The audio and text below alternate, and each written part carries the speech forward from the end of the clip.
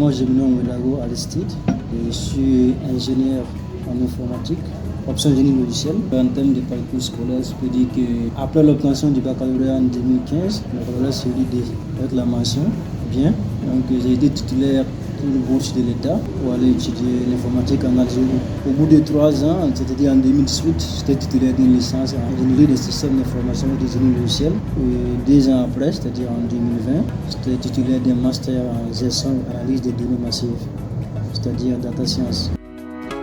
La mise en place de e-profile, c'était de permettre à ces personnes-là qui sont vraiment talentueuses mais qui sont tapées dans l'ombre de se faire connaître et pouvoir exposer leur savoir-faire.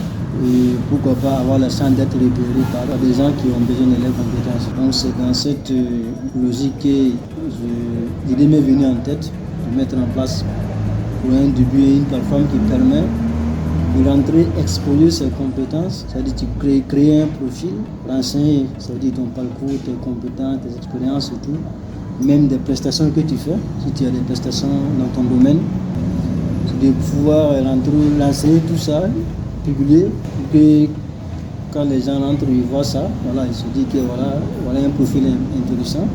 C'est vraiment donner la chance à ces gens-là de pouvoir exposer leur savoir-faire.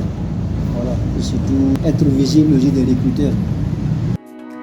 Ce que e-profile fait, c'est que e-profile catégorise d'abord les profils selon le domaine. Ça veut dire que si vous rentrez sur l'application, les profils sont catégorisés. Nous, par défaut, on catégorise d'abord les profils par domaine. Ça veut dire que dès qu'on est sur l'application à laquelle vous avez catégorie pour les informaticiens, les médecins, les pharmaciens, c'est catégorisé comme ça. Donc vous, en tant que recruteur, dès que vous arrivez, connaissez le domaine sur lequel vous devez recruter. Vous rentrez là-bas, vous verrez qu'il y a des profils de ce domaine-là. Ce n'est pas mélangé, c'est catégorisé. Donc, en plus de ça, il y a vraiment la facilité de créer des profils professionnels. Le paramétrage des profils, c'est vraiment intuitif. Et après ça, maintenant, avant de ce que vous avez saisi, on a mis des boutons indiqués pour générer un CV professionnel à base de ce que vous avez saisi. Voilà, vous, en saisissant, c'est comme un G, vous saisissez des informations comme ça, vous lancez vos parcours, vos compétences, vos expériences. En arrière-plan, après nous, on va récupérer tout ça, on classifie et on vous permet de générer un CV professionnel avec ça. Ça peut être un CV en français, voire vous pouvez même traduire votre CV là en anglais. Par exemple, si vous avez une offre que vous voulez postuler et que on réclame un CV en anglais, vous rentrez dans l'option de génération, vous spécifiez la langue, il va vous générer un CV en anglais. La même chose que des lettres de motivation. Vous pouvez générer la lettre de motivation en français, en anglais, en arabe. Vous choisissez la langue et puis vous générez. Voilà. Autre chose, c'est que vous pouvez générer votre CV sur votre téléphone. Si l'écran du téléphone fait que le CV a beaucoup de pages, vous pouvez par exemple demander, il y a un bouton pour demander qu'on vous envoie votre CV par mail. Dès que vous cliquez sur vous lancez la demande. Quelques minutes plus tard, on va vous envoyer votre CV avec moins de pages sur votre mail. Tout ça, c'est les fonctionnalités. En plus de la messagerie intégrée, vous pouvez interagir entre vous et les recruteurs. C'est automatique. C'est vous qui paramétrez votre profil. Vous mettez, vous lancez ce que vous voulez en termes de parcours, compétences, prestations et tout.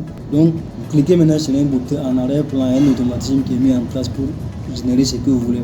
La lettre de motivation pour un poste donné va aller indexer votre profil pour extraire vos points forts et générer une lettre de motivation qui cadre avec l'offre et puis votre profil en fait.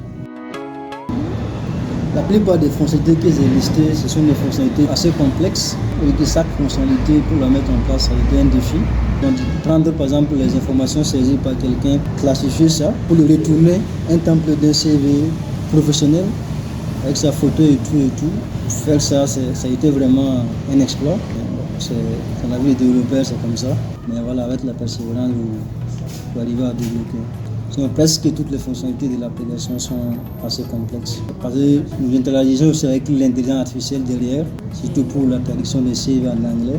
Donc, après ça, il faut être très bon en algorithmique parce que si vous êtes un développeur pour faire des choses comme ça, il faut être bon en algorithmique parce que, comme on dit dans notre langage, ce n'est pas que des crudes à mettre en place, des ajouts, des modifications, non, c'est vraiment de l'algorithmique pour savoir qu'est-ce qu'il faut faire pour retourner telle donnée et tout.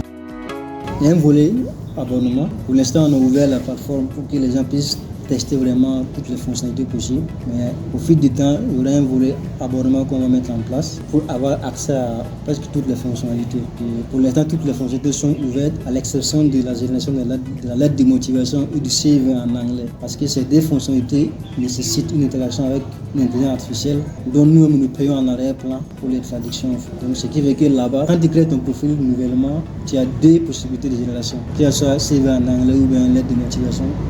Si génère deux fois, les autres fois là, il faut que tu payes pour pouvoir générer. Donc pour l'instant, ce sont ces deux fonctionnalités qui sont payantes, si on peut le dire. Voilà, c'est pour que nous, en arrière-plan aussi, on puisse, en contrepartie, donner quelque chose à l'IA comme abonnement pour pouvoir faire des traductions. Donc on peut dire que nos partenaires pour l'instant, ce seront les recruteurs qui sont sur la plateforme. Nous sommes à nos débuts, donc pour l'instant, on n'a pas encore tissé de partenariat, que ce soit avec les écoles, les universités où on doit aller les faire comprendre comment ça marche et tout. Voilà, c'est en perspective. Pour l'instant, voilà, nos partenaires, pour l'instant, c'est les recruteurs qui sont sur la plateforme.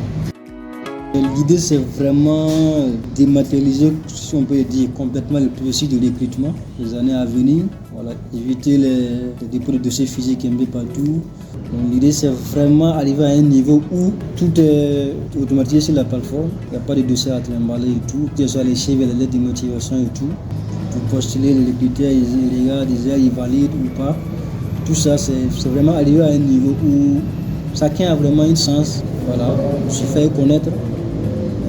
Aux offres. Parce que vraiment mettre les gens en alerte, offrir beaucoup plus d'opportunités. Voilà. On n'ira pas jusqu'à dire réduire le taux de chômage, mais ça reste aussi un de nos combats.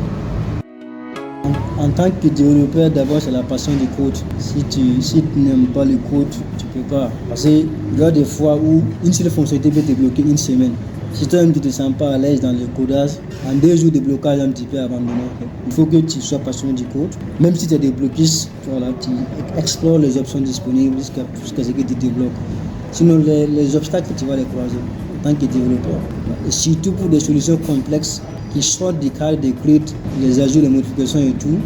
Quand tu vas rentrer dans des fonctionnalités où tu dois vraiment coder de façon pure, analyser le problème et mettre en place un algorithme, ça devient beaucoup plus complexe.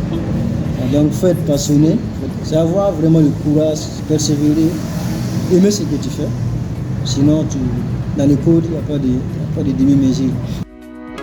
Bon, dans notre contexte actuel d'innovation, c'est très important. C'est dans la dynamique actuelle même, on est en train de digitaliser tout.